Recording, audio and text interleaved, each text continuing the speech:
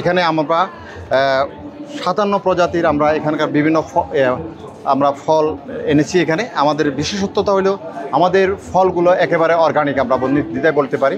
আমাদের এখানে কোনো প্রকার আমরা ওষুধ প্রয়োগ করি না এবং ব্যাগিং ফুল আসার পর থেকে গুটি হওয়ার পরে আমরা শুধুমাত্র একটা ছত্রাকনাশক প্রয়োগ করি।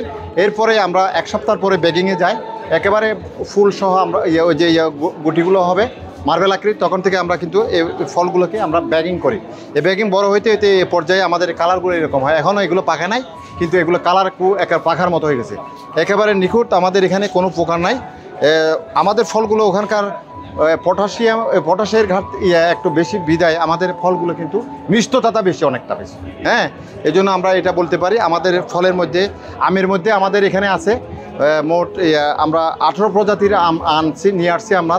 তার মধ্যে কিন্তু আমাদের এটা হলো আমাদের কি বলে হাড়িমাগা আম, এটা বুঝছেন, এটা হাড়িমাগা, এটা বাড়িপুর, এটা কিউজাই, ব্যানানা ম্যাঙ্গো, আমাদের ওখানে আছে ড্রাগন ফল। আমাদের ওখানকার একেবারে আমরা চাষের মাধ্যমে, আগে তো এইভাবে করতো আমাদের হিলের মধ্যে, এখন কিন্তু ওই যে লটকনের চাষটা কিন্তু বেশ হইতেছে। হ্যাঁ, আমাদের এখানকার অর্গানিক বিন্নি চাউল আছে 2 প্রজাতির, এখানে লাল এবং আমাদের এগুলো কিন্তু আমাদের এই যে আমাদের এখানে সরিষা সূর্যমুখী তেল দেখছেন না, আমাদের পার্বত্য যে রাঙ্গামাটি পার্বত্য জেলার চেয়ারম্যান মহোদয় নিজের অর্থায়নে আমাদের কৃষি কমিটির আহ্বায়ক মহোদয় আছেন এখানে, আপনারা আমাদেরকে বীজ দিচ্ছেন, সার দিচ্ছেন। হ্যাঁ, আমরা সূর্যমুখী উৎপাদন করে, বীজ উৎপাদন করে আমরা এখানে আমরা কিন্তু এখানে বাজারজাত করতেছি এবং নিজেরা খাইতেছি, আমরা ভালো জিনিসটা খাইতেছি।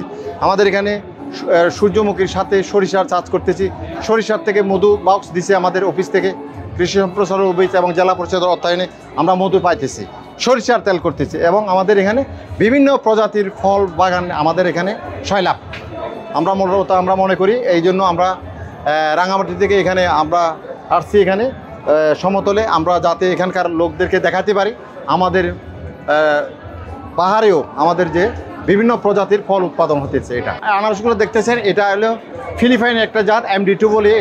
এটার বিশেষত্বতা হলে এই আনারসটা, আনারসের যত প্রজাতির আছে সবচেয়ে মিষ্টি আনারসটা এটা, বুঝছেন। এবং এই আনারস উপরের যে চোখ আমাদের ভিতরে ঢুকে, এগুলো একটু একবারে পাতলা, আপনার ওখান থেকে গেলে আমরা বলতে এটা একেবারে মিষ্টতা আনারসগুলো এই হলো। আরও অনেক বড় প্রজাতিরও আনারস আছে আমাদের এখানে। হ্যাঁ, রামবুতাম আছে আমাদের এখানে, পেয়ারা আমাদের এখানে বড় বড় পেয়ারা উৎপাদন হচ্ছে, এখানে কোনো সমস্যা নেই। হ্যাঁ, এটা পাহাড়ি মালটা, ওই যে বাড়ি 1।